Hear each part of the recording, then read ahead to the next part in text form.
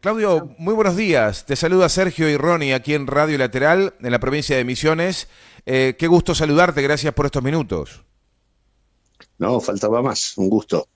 Bueno, la verdad es que estamos todavía sacudiéndonos y tratando de entender que no se trata de una experiencia surrealista ni una pesadilla. Para algunos un sueño, para algunos están esperanzados por la asunción de Javier Milei. Ahora, Unión Popular dio a conocer un comunicado ayer firmado por su presidente, que es usted, Claudio, donde, bueno, ya ponen ponen las cosas claras, ¿no? Y se diferencian claramente de la mirada que él tiene del país que se viene. ¿Qué se puede agregar y qué es lo que se viene? Ignoro cómo abrieron los mercados hoy, a las 8 de la mañana, pero supongo que, bueno, el Estado se retiró, así que ahora mandan, no sé quién manda, las empresas mandan. Mandan los que tienen poder de mercado, Mm. y por lo tanto son las grandes corporaciones, los grandes bancos, quienes detentan capacidad y poder financiero. En cada uno de los mercados hay dueños concretos del funcionamiento de ellos, así que son ellos los que mandan cuando hay una estrategia de retiro, desregulación, apertura y este tipo de cosas a las que no tienen acostumbradas. La verdad que el discurso presidencial es un discurso como una especie de pesadilla que retorna cada tanto de vuelta a la Argentina, de políticas viejas que ya han producido daños realmente muy importantes, en algunos casos incluso protagonizadas por los mismos protagonistas, ¿no? Como es el caso del ministro de Economía que tenemos como actor principal en Ujú, esta obra, esta puesta en escena de Milei, que ujú. es el caso de Luis Toto Caputo. Eh, pero lo cierto es que es muy singular el planteo. O sea, Argentina viene viviendo una situación complicada, sobre todo en el último año y medio,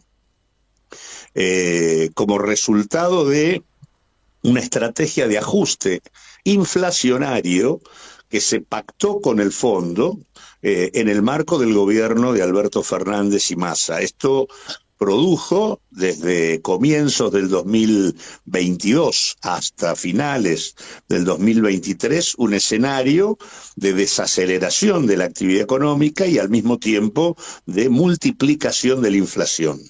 El efecto fue ajuste e inflación. Eso fue lo vivido. Y lo absurdo del planteo de ayer de Milei es que para resolver la situación de ajuste e inflación lo que recomienda es profundizar el ajuste y al mismo tiempo multiplicar la inflación. La verdad que resulta singular que vayamos a resolver los problemas que tenemos con la misma medicina. Concretamente el ajuste que él planteó de 5 puntos del producto para recorte del gasto es un ajuste realmente monumental que en el acuerdo que existe con el Fondo Monetario estaba pautado para un proceso de 4 años. Él está planteando hacer ese ajuste que se pautó con el fondo a 4 años en el año 2024.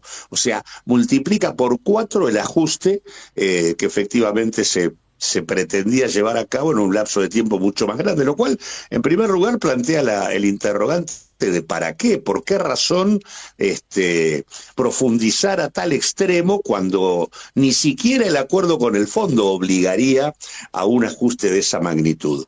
En ese sentido, llevar a cabo esto implica reducción de subsidios con impactos en términos tarifarios, de luz, de gas, de tren, de boleto de colectivo, implica desfinanciar la obra pública a nivel del conjunto de la geografía del país, lo cual implica desempleo y menor nivel de actividad económica, implica reducir las transferencias discrecionales a las provincias, lo cual supone menos recursos para los gobiernos provinciales y las intendencias. Esto también impacta en términos de menor actividad económica. Implica la posibilidad de, modificar la movilidad jubilatoria, con lo cual se retrasarían aún más los haberes jubilatorios de miseria que tiene hoy la Argentina. e implica también ponerle límites a las paritarias de los estatales, lo cual también implicaría retraso salarial, y en este contexto el impacto de todo esto es caída de la actividad económica, digamos, menor nivel de empleo, impacto negativo sobre los sectores que trabajan en la informalidad, y obviamente deterioro en los ingresos. O sea que en realidad no es cierto, en ese argumento estúpido que él dijo de que esto lo paga el Estado y no en los privados. En realidad esto lo pagan todos los trabajadores, lo pagan los comerciantes, lo pagan las pequeñas y medianas empresas. En todo caso, el sector privado que él no quiere tocar son las grandes corporaciones transnacionales y los grandes grupos locales y los acreedores de la Argentina. Esos son los que en todo caso no van a ser tocados por el ajuste, pero el resto de la sociedad, en la lógica que planteó en el día de ayer y que era la que de alguna manera venía trascendiendo, va a ser tocada mayoritariamente el conjunto de nuestra sociedad. Y al mismo tiempo plantea devaluación, tarifazo, desregulación de precios, con lo cual tenemos una perspectiva inflacionaria de mínima 20-25% de inflación promedio mensual. O sea que la verdad, sinceramente, es casi inentendible que la crisis de representación política, la frustración de las expectativas populares en la Argentina hayan dado lugar a que terminemos en una situación de esta naturaleza que no hace más que repetir viejas historias, viejas propuestas que le han hecho mucho daño a la sociedad argentina. Y a la vez, además, la realidad objetiva de que el 55% de la gente que acompañó a Milei lo hizo harta del deterioro de sus condiciones de vida. No va a bancar que siga profundizándose el deterioro. Por más que Milei quiera decirles de manera ridícula que los próximos 24 meses, que en realidad él ya anunció van a ser desastrosos, en realidad van a ser culpa del gobierno anterior, cuando en la práctica van a ser culpa de sus políticas, aunque él lo diga, eso no tiene ningún efecto. La gente lo que quiere es respuestas y mejoras a una situación que francamente no se entiende y que además es absurda. O sea, vuelvo a lo que dije antes, ni siquiera el acuerdo con el fondo obliga a un ajuste de esta naturaleza, y además es falso el tema de que la Argentina no tenga posibilidades de otra cosa. Argentina tiene una perspectiva para el 2024 muy favorable en términos internacionales, en términos de precios para sus exportaciones. Vamos a tener un saldo comercial en divisas entre lo que vendemos y lo que compramos de cerca de 22.000 millones de dólares. O sea, Argentina va a tener dólares disponibles para poder relanzar una estrategia productiva, y sin embargo lo que aparece en el escenario es una política que, en lugar de permitir utilizar esa base de acumulación de divisas para poder financiar la recuperación y la reorientación productiva del país, lo que va a hacer en el marco de la apertura, la desregulación, el endeudamiento y demás, es perder la oportunidad de aprovechar esta coyuntura favorable, transformando esa disponibilidad de dólares en pago de deuda o en rentas extraordinarias para las principales corporaciones transnacionales y locales que operan en nuestro país. Así que, la verdad, un escenario complicado que además, sinceramente el presidente creo que se confunde respecto a las razones por las cuales está hoy al frente de la Argentina. Creo que nadie lo votó para hacer esto, creo que lo votaron para que mejore la situación, y creo que esto lo va a llevar a confrontar con buena parte de su base electoral, y a la vez está planteando un desafío al sistema institucional, porque la verdad es que él es minoría en el poder parlamentario, minoría en las intendencias, minoría en las gobernaciones. O sea, es un presidente políticamente débil que pretende llevar adelante el ajuste más potente que se haya hecho en la historia reciente. La verdad, insólito, increíble, difícil de pensar cuál es el escenario que se le abre a la Argentina para una estrategia de esta naturaleza que francamente no tiene ningún asidero ni justificación en las posibilidades que la Argentina tiene. Claudio, muchas veces se habla del fondo y de las formas en materia política en cualquier área de la vida. Analizando lo que ha sucedido en el derrotero de la acción política gubernamental del Frente de Todos, más temprano hacía referencia a ver, el huevo de la serpiente, de lo que podría haber sido la explicación de donde empezó a perder capital político el Frente de Todos. Hizo mención al acuerdo inflacionario, habló de Alberto Fernández, también mencionó a Massa.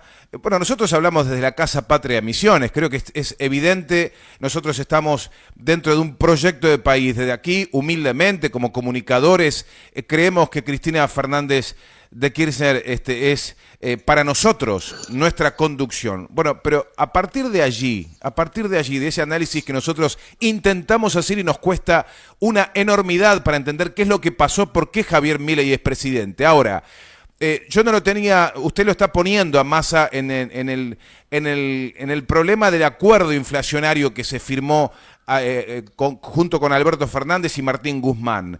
Ahora, nuestra teoría es que Cristina Fernández quedó como un pequinés cuando le cerraron la puerta en la cara y le dijeron, este acuerdo, quédate tranquila que esto está bien firmado. Esto está bien firmado. Ahora, el que juntó los votos fue Sergio Massa. Me imagino que por eso lo suma y le da un grado de responsabilidad con este acuerdo que finalmente terminó haciendo explotar por los aires cualquier intento de conservar un salario para un trabajador entrando al supermercado, etcétera. ¿Cómo analiza eso? Esa interna del Frente de Todos. Está claro que dentro del Frente de Todos hubo actores internos que cuestionamos el rumbo que desde un comienzo tomó el gobierno de Alberto Fernández en la negociación de la deuda. Nosotros en particular sostuvimos siempre que era necesario investigar el endeudamiento y la fuga y que esto nos tendría que permitir una negociación bajo otras condiciones, y señalamos que el acuerdo con el fondo era un acuerdo que no se tenía que firmar, porque claramente el fondo había violado sus propios estatutos y además porque el acuerdo que se firmaba era un acuerdo que tenía un contenido de ajuste, de desaceleración de la actividad y de impacto inflacionario. Y hubo otros actores dentro del Frente que también acompañaron ese planteo. Hicimos incluso presentaciones ante el Parlamento Nacional, movilizamos en las calles cuestionando esa decisión, y hubo otros actores, obviamente Alberto Fernández y también Sergio Massa, que buscaron los votos para acordar lo que en la práctica era el blanqueo y la legalización de una estafa. Bueno, eso primero rompió la orgánica del Frente porque hubo una fractura evidente entre unos y otros, y a partir de allí lo que hubo también fue un determinado escenario que se abrió en la Argentina y que contribuyó al proceso de frustración de las expectativas populares, que es lo que está por detrás de la emergencia de un personaje como Salvador, que es un político que no le ha dado respuestas a las necesidades de la sociedad. Así que por eso mencioné a Alberto Fernández y a Massa, porque claramente tuvieron un papel destacado en garantizar que la legalización de la estafa y el rumbo que siguió la Argentina para llegar a cómo estamos, efectivamente haya sido el que efectivamente tuvimos. La derrota no, y de hecho además violentando lo que había marcado ya la voluntad popular, porque en el 2021 la gente ya había dicho que ese rumbo no era el que correspondía, ya habíamos perdido en el 2021, y a pesar de esa señal y a pesar de que se dijo que se iba a escuchar, se redobló la apuesta y se profundizó el acuerdo, y a partir de allí, incluso a partir de la asunción de Massa como ministro de Economía, el ajuste a rajatabla en términos fiscales y sociales que se practicó fue claramente el ajuste que el fondo planteaba. Bueno, eso es lo que produjo la derrota de la experiencia del Frente de Todos, la frustración de las expectativas populares y el caldo de cultivo para que tengamos hoy lo que tenemos delante de nuestras narices. Claudio, ¿cómo juzgás cómo se han comportado los gobernadores en el tránsito de campaña electoral? ¿Realmente acompañaron a Sergio Massa o empezaron a jugar Hola. Hola, ¿me escuchás? Sí. La pregunta es, ¿abandonaron los gobernadores a Sergio Massa en plena campaña, jugando con emisarios con Milei y jugando con emisarios para Sergio Massa, tratando de acomodarse pragmáticamente al resultado que íbamos a conocer. Y otra pregunta, ¿qué van a hacer ahora aquellos legisladores de las provincias que pidieron estar en la boleta de Sergio Massa y ahora con Milei presidente, qué van a hacer con esas bancas?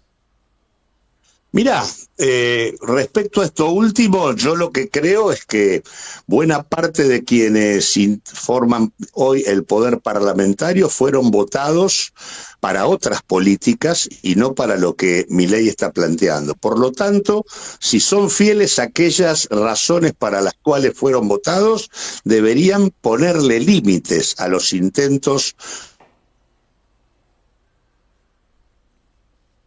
de ajuste. Si no lo hacen y terminan haciendo gala del panquequismo que muchas veces existe en la vida política, obviamente esto agravará el cuadro de crisis política en la que se encuentra la experiencia popular de nuestro país. Pero lo cierto es que el poder parlamentario dominante hoy en la Argentina tiene toda la capacidad de limitar los intentos extremos de ajuste y privatización y saqueo que tiene la perspectiva planteada hasta el momento por Javier Milei. Y respecto al tema de lo que pasó en el tema electoral, lo que sí se puede decir es que en aquellas elecciones en las cuales no estuvieron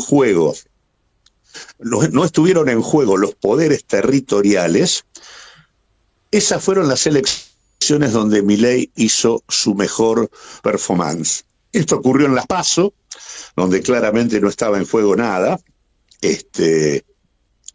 Ahí claramente Milei irrumpe siendo el candidato más votado, y después en el balotaje.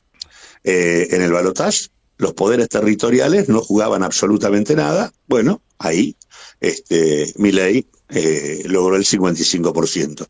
Cuando estuvieron en juego los poderes territoriales en términos de gobiernos o en términos de legisladores nacionales, senadores y diputados, que fue en la primera vuelta, que fue donde se definió el poder institucional de la Argentina, ahí Milei perdió. Milei quedó en segundo lugar, así que bueno, eso no sé si responde a tu pregunta, sí, pero eso es lo que ocurrió. Sí. Para ir cerrando, Claudio, agradeciéndote enormemente estos minutos, la claridad con la que nos estás compartiendo este escenario que se nos viene. La pregunta tiene que ver si, la primera que se me ocurría, pero ahora quiero ampliarla. La primera era, ¿es menemismo lo que va a hacer Javier Milei? Y después me quedé pensando y digo, no, pará, voy a ampliar esta pregunta. Porque por lo que escuché me dijiste que esta experiencia de Javier Milei presidente no tiene parangón en la historia argentina. Entonces me voy al macrismo, me voy a la dictadura militar con su acción económica, con las políticas económicas que aplicó, y al parecer, por lo que vos estás narrando, es muchísimo más violento el ajuste que va a hacer Javier Milei que todas esas experiencias que acabo de mencionar. Bueno, habría que ir por partes. Yo me estaba refiriendo al ajuste del gasto público de la Administración Nacional. En ese sentido, el ajuste que está planteando Javier Milei es mucho mayor que el que llevó adelante Macri, y es mucho mayor, y por cierto también, que el que llevó adelante la dictadura, que no ajustó el gasto en términos tan profundos. Lo que sí es cierto es que hubo otros componentes en lo que fue la perspectiva de la época menemista y demás. En la época de Menem lo que tuviste fue el desguace estatal con la venta de las empresas públicas. Ahí tenés otro costado que hoy no tiene la magnitud que podría tener, porque obviamente ya el Estado fue desguazado y consecuentemente no queda tanto por vender. Igualmente hay, sí, una señal de apertura al saqueo y de profundización del saqueo en definiciones tales como darle a Techin la conducción de YPF, cuando Techin es una de las petroleras más importantes del país, que es Tecpetrol, y es uno de los productores de gas más importantes de la Argentina, al cual se lo pone a controlar a YPF y al mismo tiempo a tener el control total sobre Vaca Muerta, que es la segunda reserva de gas del mundo. Por lo tanto, digo, en ese sentido, también hay señales en esa dirección. Que el componente de la dictadura fue brutal en otros planos. El componente de Menem tenía el tema de las privatizaciones como una clave muy distinta. Acá estoy hablando del ajuste del gasto. El ajuste del gasto, en los términos en que está planteado, tiene una magnitud que no se ha visto en las experiencias anteriores. Claudio, usted reclama nuevos liderazgos en el gran campo popular. No hablo solo del peronismo, hablo del movimiento nacional y popular. ¿Hace falta nuevos liderazgos? Sin duda hace falta. Claramente creo que si uno mira lo que pasó en el balotaje, no hubo prácticamente espacio político y social organizado que no se haya manifestado en favor de Sergio Massa. Todos, trabajadores, movimientos territoriales, fuerzas políticas, curas, universidades, intelectuales, periodistas, etcétera, etcétera, etcétera. Y la verdad que lo que implica la derrota del 55% es un cuestionamiento que marca que no estamos siendo lo suficientemente inteligentes, creativos y comprometidos con los intereses de nuestro pueblo, porque el sujeto político que hay que expresar no pasó por nosotros, pasó por otro lado. No tuvimos la capacidad de dimensionar el malestar que vivía la sociedad argentina y que ya había manifestado en el 2021 y que ratificó en el 2023 y que hizo posible la experiencia de Javier Milei. Ni los sectores que teníamos críticas al interior del Frente de Todos, ni la izquierda, fuimos capaces de canalizar la bronca frente a lo que ocurría. Así que claramente hay necesidad de nuevos liderazgos, de nuevas construcciones políticas, de nuevas maneras de encarar la cuestión política, y me parece que esto se va a poner en juego en este escenario que se abre. Acá va a haber que ser muy inteligentes en la manera de resistir para defender los derechos que tenemos y para tratar de construir en simultáneo una perspectiva nueva que le abra las posibilidades de emancipación que nuestro país y nuestra sociedad necesitan. ¿Le preocupa seriamente la seguridad de los manifestantes, entendiendo que podrían volcarse a las calles para reclamar sus derechos? ¿Le preocupa? Me preocupa porque claramente hay, tanto a nivel institucional, en el Ministerio de Seguridad, gente con clara vocación represiva sobre las demandas sociales, que tiene sobre sus espaldas crímenes de Estado como la desaparición forzosa de Santiago Maldonado y el asesinato de Rafael Nahuel, y al mismo tiempo me preocupa porque hay claramente incitación a la violencia y a los grupos de choque por parte del expresidente Mauricio Macri. Me preocupa, obviamente, creo que están intentando generar temor, y me parece que también esto va a ser un elemento que vamos a tener que de alguna manera manejar con mucha prudencia y claridad todos los que de alguna manera nos manifestemos contra este tipo de políticas. Habrá que hacerlo con mucha inteligencia, sin arriesgar lo que no tenemos por qué arriesgar, que es la seguridad de nuestra gente,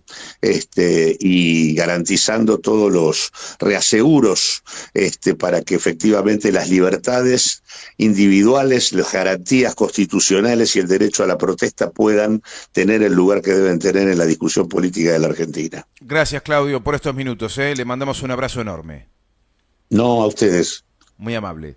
Claudio Lozano es el presidente de Unión Popular, el partido nacional que encabeza y que tiene una amplia representación en nuestro país, conversando y analizando también el primer discurso de Javier Milei.